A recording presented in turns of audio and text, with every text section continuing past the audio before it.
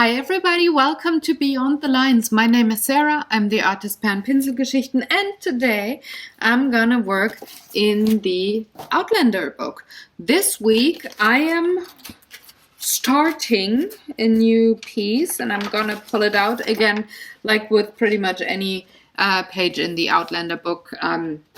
Tearing it out in the end, or it gets loose on its own, and well, then once I'm done, I'm going to mat it on cardstock and have a whole new book there. I'm working on this piece here, and I want to show you how you can have reflection of light on metal and how it works with other items like fabric. So I'm going to work on that. This week I'm having the underpainting and I'm working with watercolor pencils. Next week I'm gonna finish this piece by adding details. So enjoy watching along and see if you maybe get inspired. So let's get started on this page. So today I'm working with the Faber-Castell Albrecht Dürer watercolor pencils. They're next to me there. I can't show you, but they have the exact same colors as the polychromos. So I'm having the same 120 colors that I have in this box. So I thought, well, for this particular page here, let's combine the two and see what I can do. As I start filming now, it's I cannot see if I need 1 or 2 episodes. I'm hoping that I can finish this in one sitting with you, but it might be that I have to split things and that I'm today only working with the Faber-Castell Albrecht Dürer watercolor pencils, and next week I'm gonna work with the polychromos, but it might be that I also just, well, could do all in one sitting because watercolor pencils are actually pretty quick when it comes to applying the medium. Now, what I want to do with this page is work on light and reflection. So I want to show you how I like to work with it. The background here is cloth, so there's only so much of a reflection, but the candle holder and also the brooch here, they do reflect as they are metal. And I want to just show you how I like to do that. This is not the only right way that I'm working with, but maybe you got, well, you gotta get an idea on how to approach maybe some things. So what am I working with here? Of course, I'm working in the Outlander book, so I have to read you the story before, or the text before I put away the papers, and I'm tearing loose the ones that are loosening on their own, and that's pretty much all of them so far. So the story or the bit is, sounds a bit rude, but not very ghostly, I observed, draining my glass. What did he look like? Big chap, said Frank, frowning in recollection.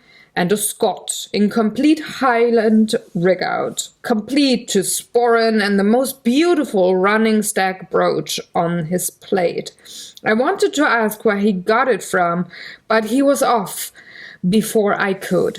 So if you're familiar with the story, of course we're talking about a ghost here that Frank encountered on a night before in the film or in the TV show Samhain, and in the book before Beltane. So yeah, it's the pagan festivals. So this is, of course, this page here is in referral to the clothing that the Highlander, the Scot, wore, and the brooch that he wore with the stags, the running stags here. So all of us that are maybe a bit more familiar with interviews of Diana, or have read the companion books, or, well, are just maybe a bit more deep dive knowledgeable into the story, we all know, or you have seen the show, the TV show, we know that the ghost we're talking about is the ghost of Jamie. So this would lead to this cloth here being the Fraser Tartan. Now, I've been looking at in the show, it's quite bluish, grayish, with a few strands of a reddish brown, so a sienna, a burnt sienna, and maybe a very grayish blue. But I remember that in the book he was the tartan, not he, but it was described as having a blazing red in it. So I checked back with the book, and yes, I marked it. It says in the book, and this is German, but I'm gonna translate on the fly here. It says it's the wedding day, actually, and she describes what he looks like. So it says, his tartan, dark red and black, was a very heavy, very, very different, in a very prominent way, from... Blah. Again, shit talking. His tartan, dark red and black, was a very stark difference from the rather mellow white and green tartan of the Mackenzies. So she says flaming. So the dark red is very hot, flaming, brilliant, loud. There's so many adjectives that you could use for the dark red and black. It's anything but quiet. So I thought I would like to go with the book in this case and not the description of the TV show. I might change that up for pictures later in the book. We do have a few marriage photos here, for example, or here. Maybe I change things up here. But for this page, I want to go with the description from the book. So dark red and black. And the first thing I want to do is give this all a whole coat of watercolor and just base coat everything. So I have to see what kind of tone I want. So there's a couple of dark reds, but these three are the ones that I would work with. So 217, 225, and 142. I'm gonna pull those pencils, and while I do that, let me tell you, you don't have to write anything down if you want to use the exact same numbers on a project you are working at, because they're going to be on my blog, and you can read them up. You don't have to be a good pupil and well, write everything down that I'm saying. Now, I'm definitely also going to have a black, of course, because it's dark red and black. That's what it says. But I'm also going to pull either these two or these two. I have to check on the back side. I'm going to pull all three because let me see, these three, because of course the tartan is a cloth and cloth is woven, so the black will overlay with the red, or it will there will be a thicker thread and a thinner thread, so it's not all going to be one tone of red or these three tones of red, but some are where the black overlaps with the red, and then it's more to a reddish brown kind of a look, and that is why I pulled these three tones here. Of course, I'm gonna layer the black with red too, but that is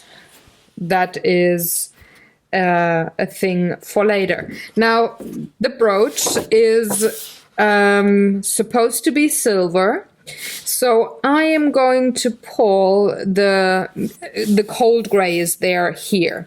Payne's gray for one, because it has a bluish tint.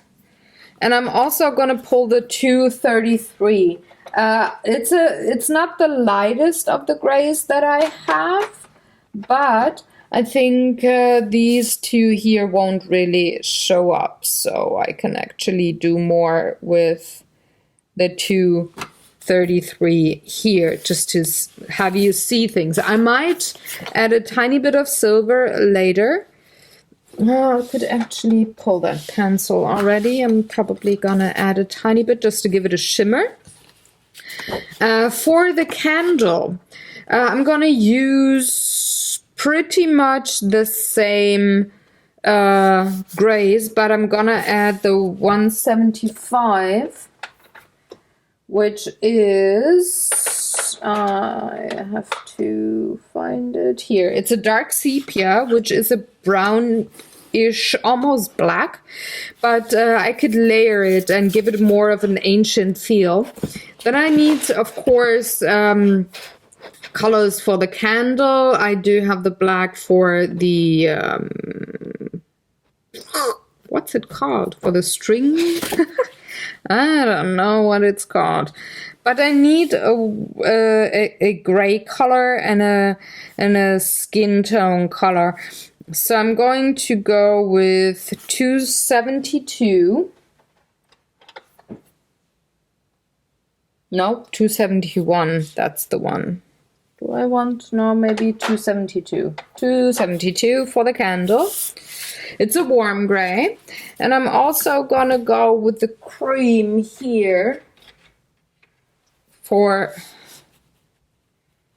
it's maybe a bit too light. Let's go with the 102 instead. Not have it so white looking, but the cream color there. And then I need something for the flame. I need a 109, which is, what's it called? Dark chrome yellow. I need a 105, which is a light cat yellow, and I need a very light blue, and I'm going with the 146,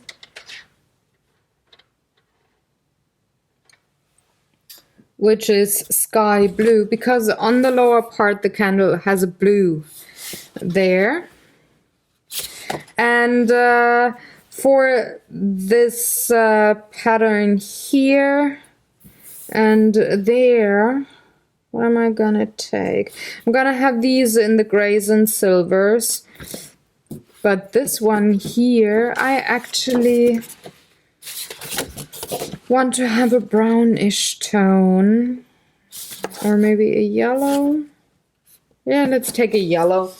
Let's take my go-to yellowish tone when it comes to ancient colors, which is a golden green. So what I'm gonna do now is just color in the parts and then liquefy it, and then dry it off and see what I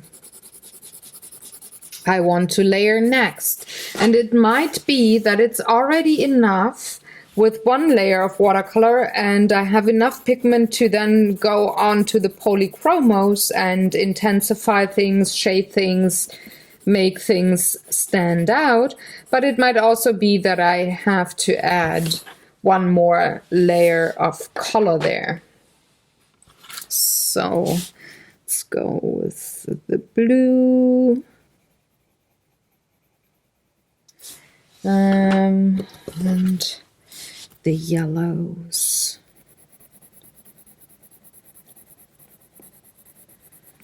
Now I'm just adding a very light layer of color. I'm not really bearing down because I don't want to leave marks yet. I want to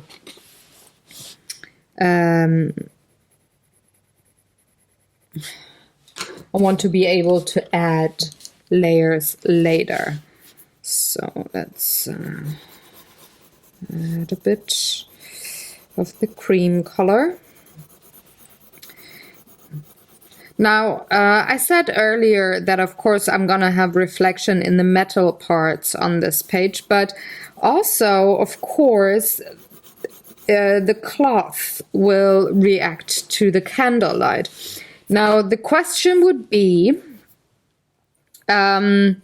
what the other light situation is in the room. If this would be only lit by this little flame here, you could hardly see any color. You could hardly see any tartan color other than black or maybe a very dark brown. So I think we still have a bit of, well, I'd say daylight or something happening in the room. So I have to add a light source now that is not the candle, but something else, maybe a fireplace or something. But I need to add that light source in order to know where other light comes from and how I want to shade things. And I think the light comes from the upper right, which just makes it easier in my case to shade things if it comes from one direction, and it lets things bounce off. So I'm going to go for the metal parts now. First, the candlelight holder. Candle holder is also a word. I don't have to add other words in there. And I'm just lightly already shading in the darks. So I'm saying light bounces here, which makes, for one, this be shaded. The candle kind of stops the light, but not really, because, well, it also makes for bouncing off.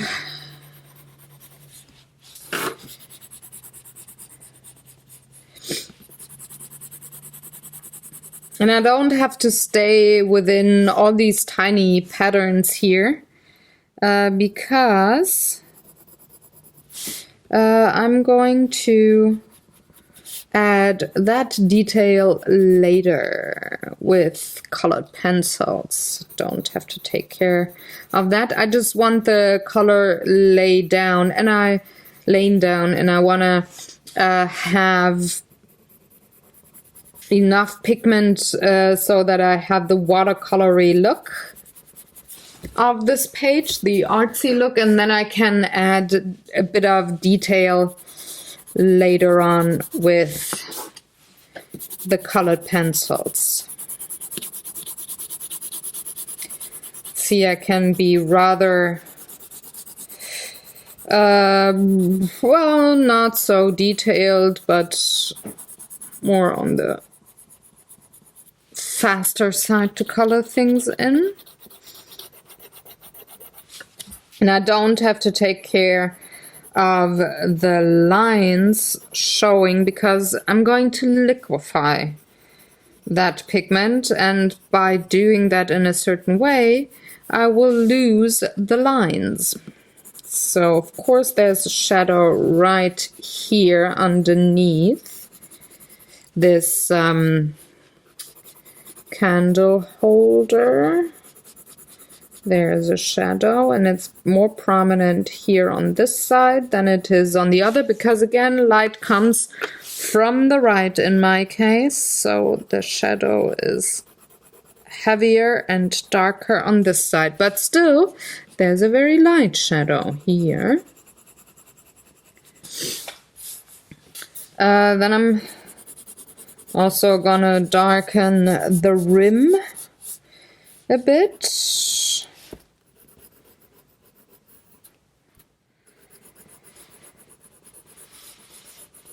Okay.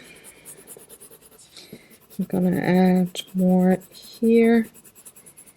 Maybe even a bit of a black.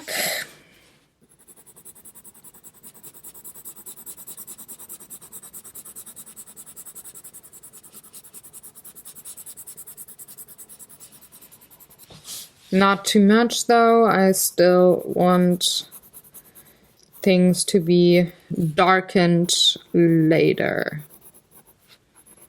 Put a tiny bit of a black in the darkest nooks and crannies and creases, and there we go.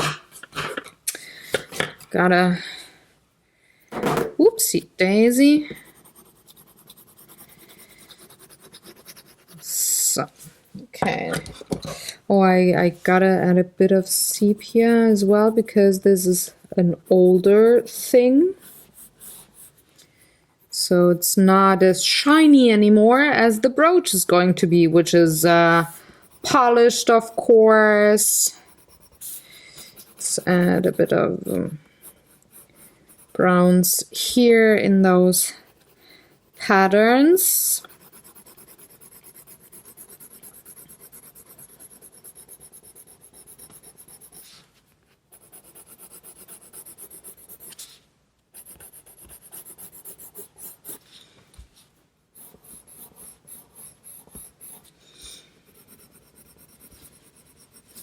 Okay. A tiny bit of the silver for the shiny, but just a tiny bit where the light hits from the right hand side. Okay, now for the brooch. I'm going with the same light gray, giving it a solid layer.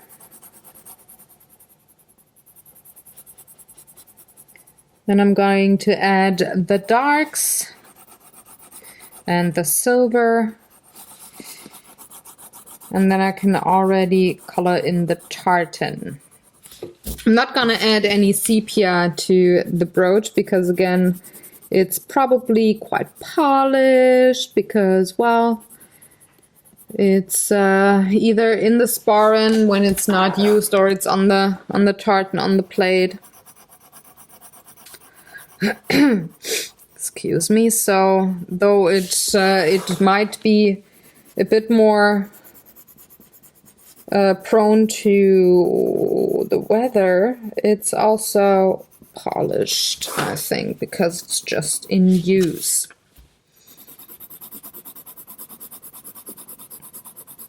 Every day for years now.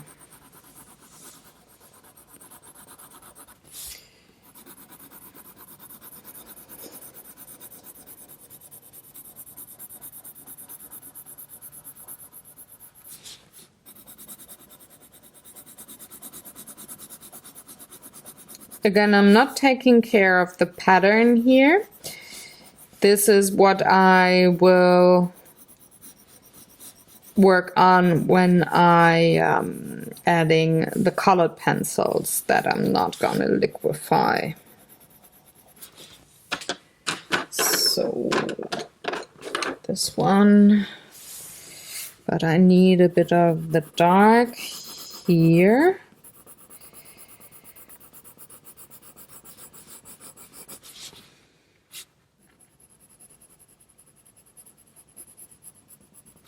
So the light will bounce off the right hand side, of course. So the left hand side has to be darker of things.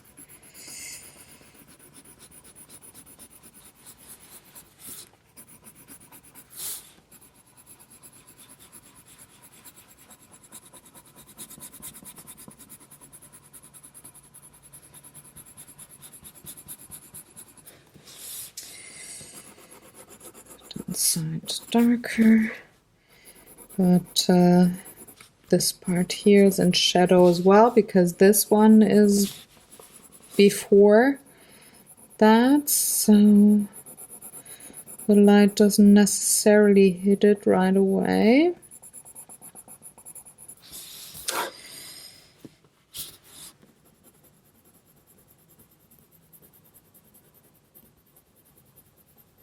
Okay, adding a tiny bit of silver to the parts that are hit by light, so the right-hand side of things, and also the upper part here.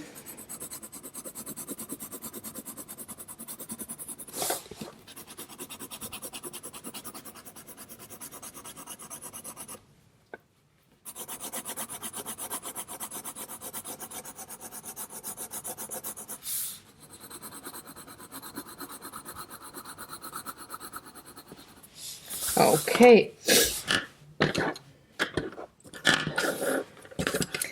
Now I also need the light grays here for this part, because I think this is almost like embroidery on the tartan, but of course there's shadow, so we have the darks. And then a tiny bit of silver where the light hits. Now the interesting parts, the tartan itself. Where are the blacks? Let's make it easy first and say where the real black is. I'm thinking here. This is a black line.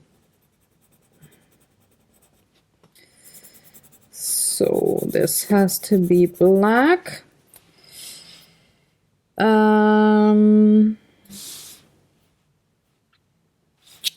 These are two reds. So by having the thread go in this direction and in this direction, even if it's the same two reds, if they go in different directions, they look different. Sometimes lighter, sometimes darker. So I'm just gonna color them in. This is dark red, by the way.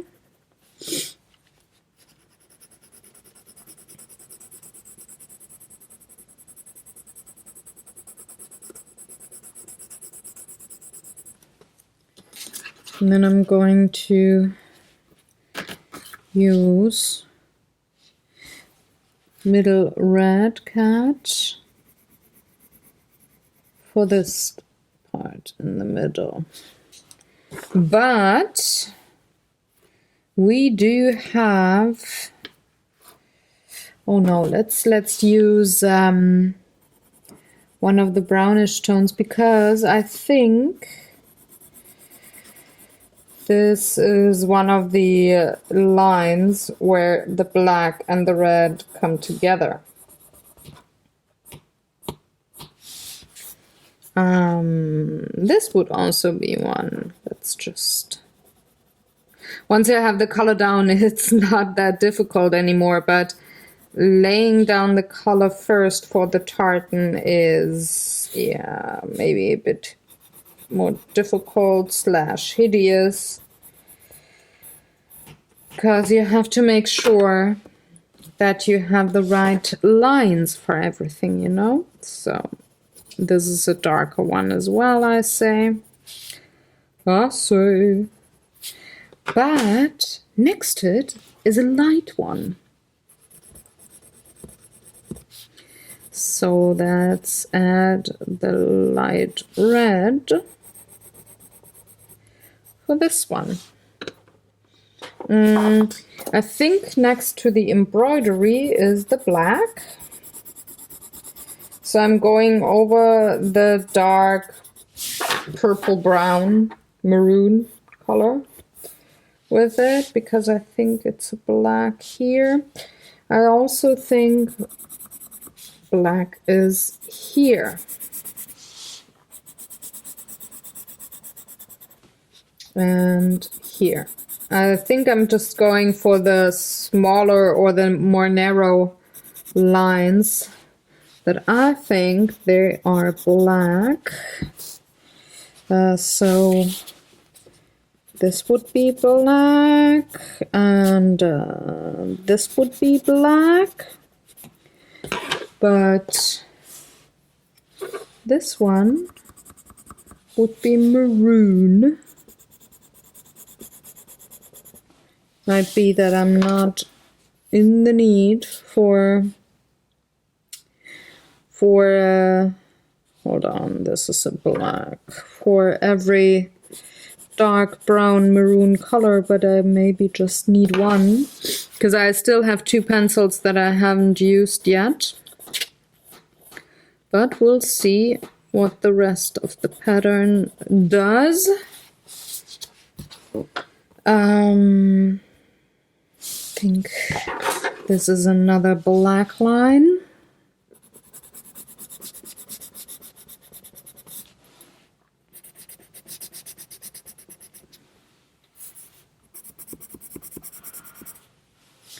That as well. And I just,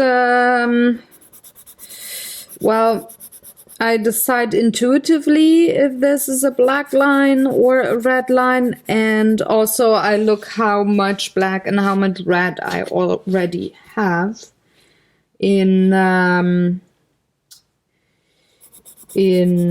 my coloring. So this is going to be a black line as well. And the next one is going to be a maroon one.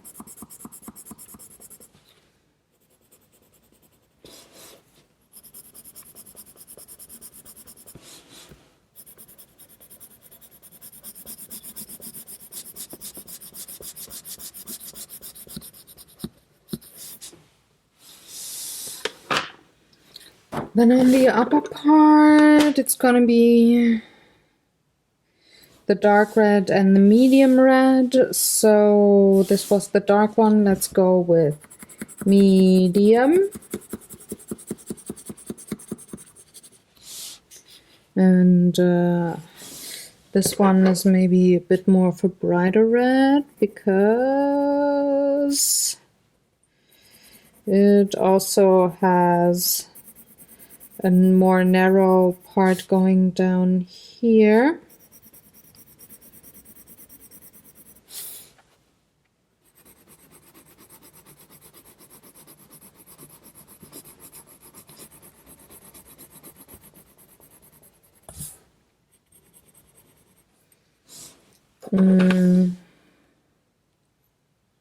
So that was medium, which means the next one is dark.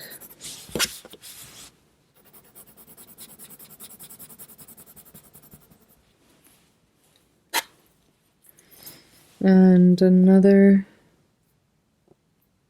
oh, this is gray. Hold on, gotta add the gray. This part here, this is part of the brooch still. Adding a bit of the darks because this is really in shadow. Okay.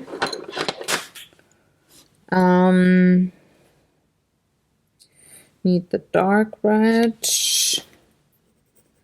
This one here. And the middle red for this one. I really think I'm not needing those other 2 brownish pencils. But let's see. This is also the medium red.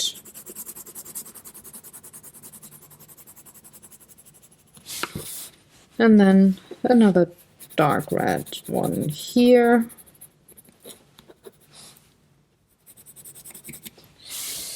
For that line.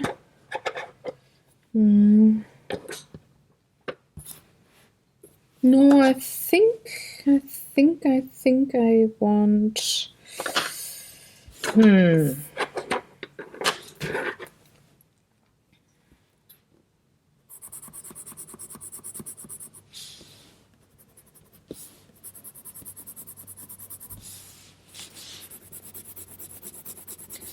This is more of a cold, darker red. This one here needs a really dark tone, just the whole line.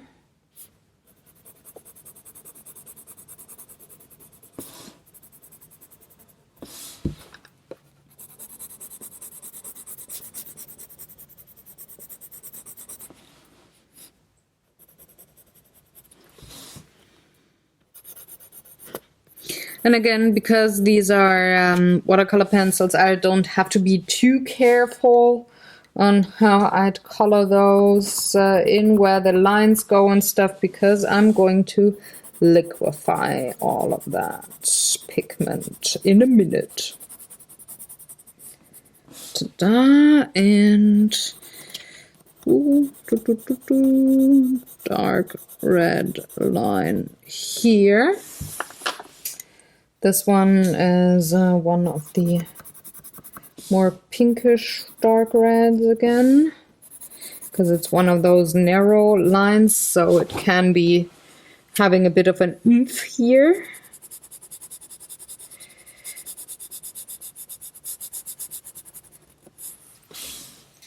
And this big one here, actually, it has to be a bit more black, because I need a bit more of a heavy contrast to all of those reds. Otherwise you would see the Frasers in the heather from 5 miles away. So I need a few parts to tone this down.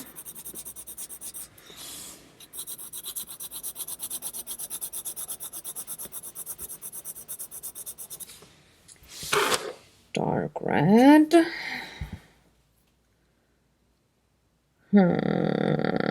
Or I'm adding one more color, the Caput Mortem, which is a brownish red, almost dried blood, almost. Just to add a bit more of a duller tone of a red that is woven across black. Just to add things down to, like I said, tone it down to a tone that you could think is natural, because I don't want the Fraser. Yes, the Fraser Tartan is blazing, blah blah blah, but still they had to somewhat melt into the background. At least it always says that in the book that Jamie does. Aside from his red hair, he's pretty invisible with the way he dresses. So I need a few more black lines down here. Let's take this one. This is a black one, and also this one I think is a black one. And of course this one here is black. And this one in the middle is the dark red. And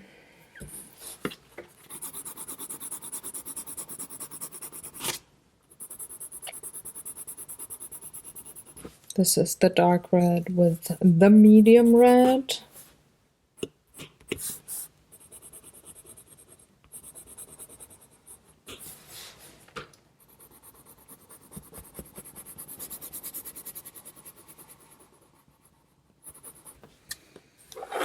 And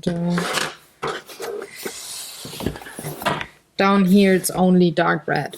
Now with the layers that I laid, or the colors that I laid down here at the tartan, I did not think about or work on where does the light come from, where there is maybe a shadow. This is just the color of the tartan. Once I have this liquefied and have the color dried, I can then think about, okay, do I want to add black, so the darks with watercolors, which is very likely, or I could actually do this right away. Where is the darks? And add that in with watercolor right away. But, okay. There's gonna be a shadow underneath the brooch, of course. It's gonna have darks here.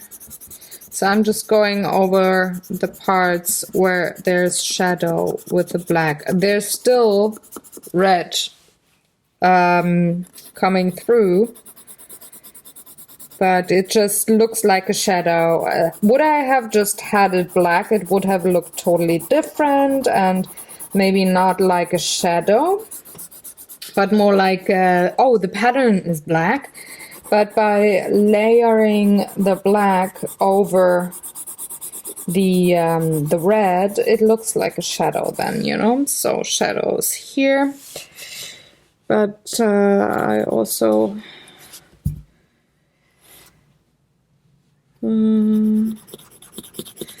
maybe a tiny bit here, bit of a harsher shadow here, and I think the rest I can do with the pencils then. So now, moment of truth, I'm gonna liquefy things.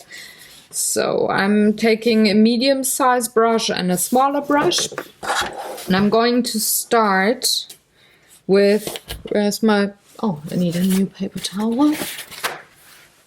I'm going to start with the stuff that is not red. So for one, I'm going to liquefy the yellow here.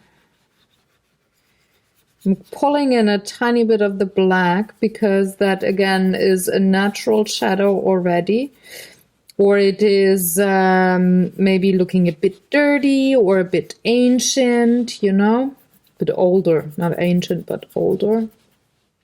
Vintage, that's the word. So this would be the yellow. Now the yellow of the flame with the blue, gonna pull that in. Okay, the black here. And now for the candle.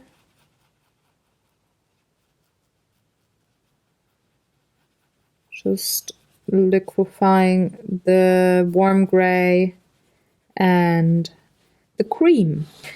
I'm trying not to go over the metal part yet of the candle holder. I don't want too much of the darks in the candle.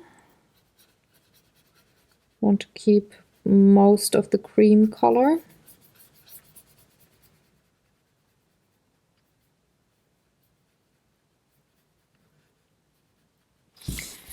And now I can liquefy the color of the candle holder. And I'm going in very tiny circles.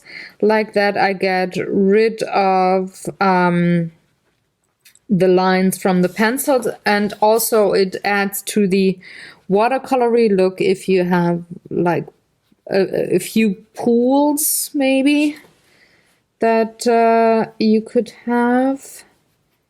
See, for example, here I'm having a darker pool of a color where I want less pigment or want it more linear. I'm just gonna go and follow the lines like so. And this is really, really quick, including all the intro talking. We're at about 40 minutes now. And I have colored the whole page, and in a few minutes, once I have this liquefied, this color here. Having the whole base layer down, depending on how good I worked there, how much pigment I already laid down and how I like it, I could actually dry it off and just, quote unquote, just have to add a bit of a details with the colored pencils. I might not even have to add any more pigment from the watercolor pencils, you know. And I really like this way of coloring bigger sceneries where I could layer with mixed media, and I could have a base layer down pretty quickly and then only spend a lot of time on adding the details instead of spending a lot of time on having the base layer in too, you know. So to remember that I have to color in between the stack and the rest of the brooch because I forgot to put down color there.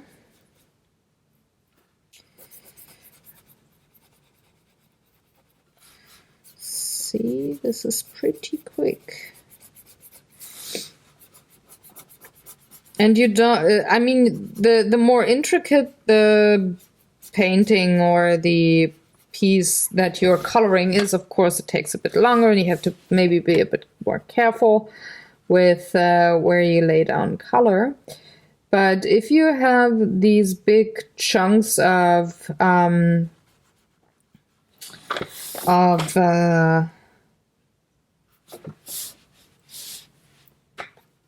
pieces to be colored, you could be rather quick and not so careful with where you put down pigment.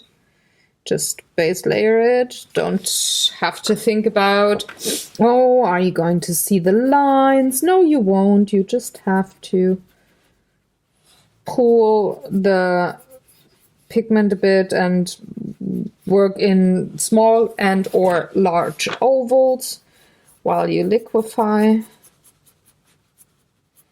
And ta-da, the lines are gone. If you want to keep the lines, because you want to move from dark to light, like I do here in this part, you just keep the lines. You work in lines instead of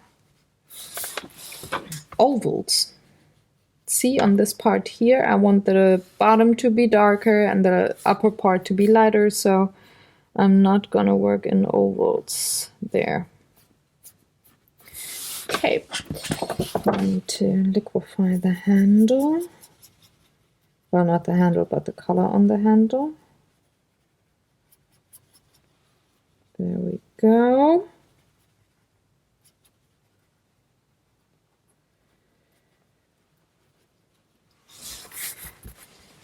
And now I can liquefy the pigment at the tartan, and then I can, it looks like I'm just really gonna need one layer of color there, and I'm good to go. But I have to be a bit more careful now with the tartan to stay in the lines, not to drag pigment of one rectangle to the next rectangle per se, because they might all have a different pigment there.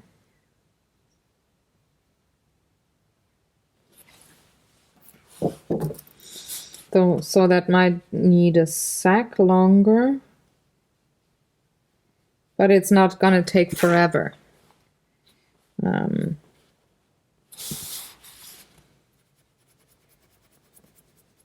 See where I have this black layer on top,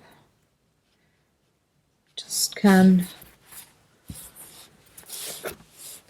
work with the shadow there already. I'm definitely gonna have to intensify the shading, don't get me wrong, but I can go across this piece here.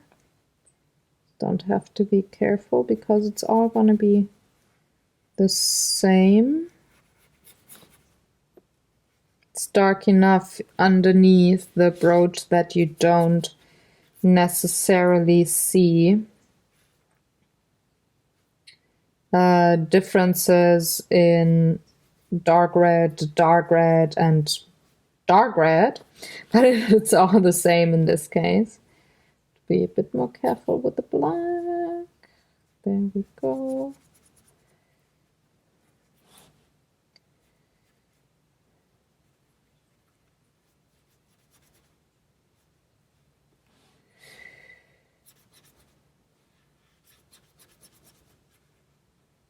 This is a big black chunk. So I'm gonna make sure that it has as crisp edges as I can make them out. I'm not pulling, for example, the black into the parts here or here now. I'm just gonna go on and color this very big strip of tartan. Carefully, of course.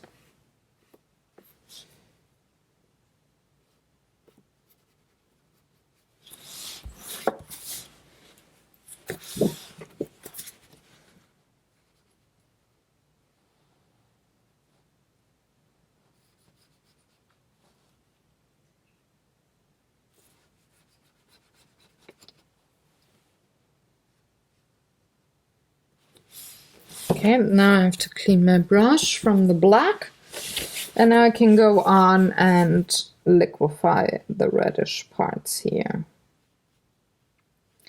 where there is a shadow, but it's not as heavy. But I need to add those two black lines. And again, cleaning up the brush and going in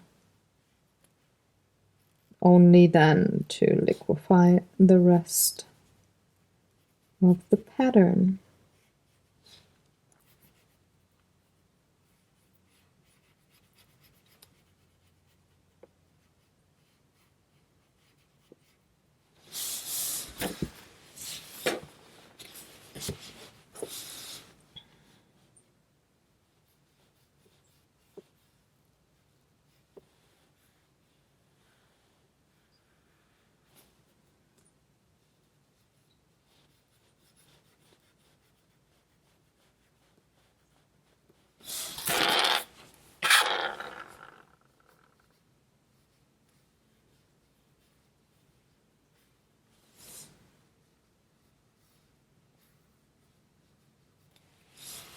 By the way, I'm just glancing at my watch here, and I think I'm going to make a two-parter out of this painting. Hold on. Oh, do I need to sneeze? Don't know. So I'm gonna make a two-parter out of this this piece, and that means that the blog post with all the materials will only be up once I have completed. Excuse me. Oh, phew. Once I have completed this page. So next week, when you come back to this show on Thursday, I'm gonna have not only the final part of this page be done, but also the blog post then will be up, of course. The alternative would be that I could keep you for another hour. Gosh, I don't think I want to rush through this, through telling you how I go about the bouncing of light there, you know, because by adding the details then there's going to be quite a couple of bouncing of color. So there will be yellows in the brooch as well from the candlelight. Oh, sorry, I need to cut this and blow my nose. So let's go on liquefying. So yeah, I don't want to rush through the explanation of how I go about, for one, adding a bit more detail and definition, but also adding the bouncing of light there on the metals, you know. And that is what I have to add with the colored pencils.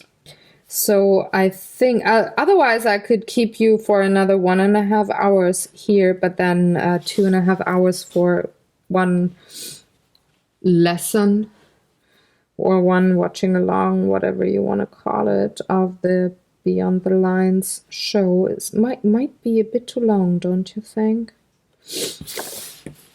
I mean, yeah, I'm a person who really likes long videos, especially when it comes to art. I do like real-time long videos because, yeah, for one, I know how long it takes to make art and to color pieces and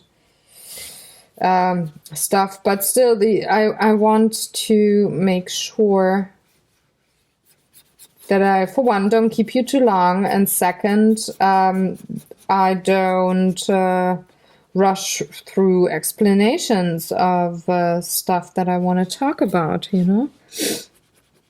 So I guess it would be the best idea to just have 2 parts of this video. Not of this video, but 2 parts of coloring this page. Just take my time and maybe have a few minutes more to explain why I put color where when it comes to the, well, bouncing of color from the light source there in the metal. So it's gonna be a 2-parter. I hope you don't mind. But next Thursday will be here faster than you think. And then you can see how I finished this piece. Maybe you got this book too and you just maybe you got some watercolor pencils and you just do that part maybe so far and let it dry, and next week well, we can work on the next layers.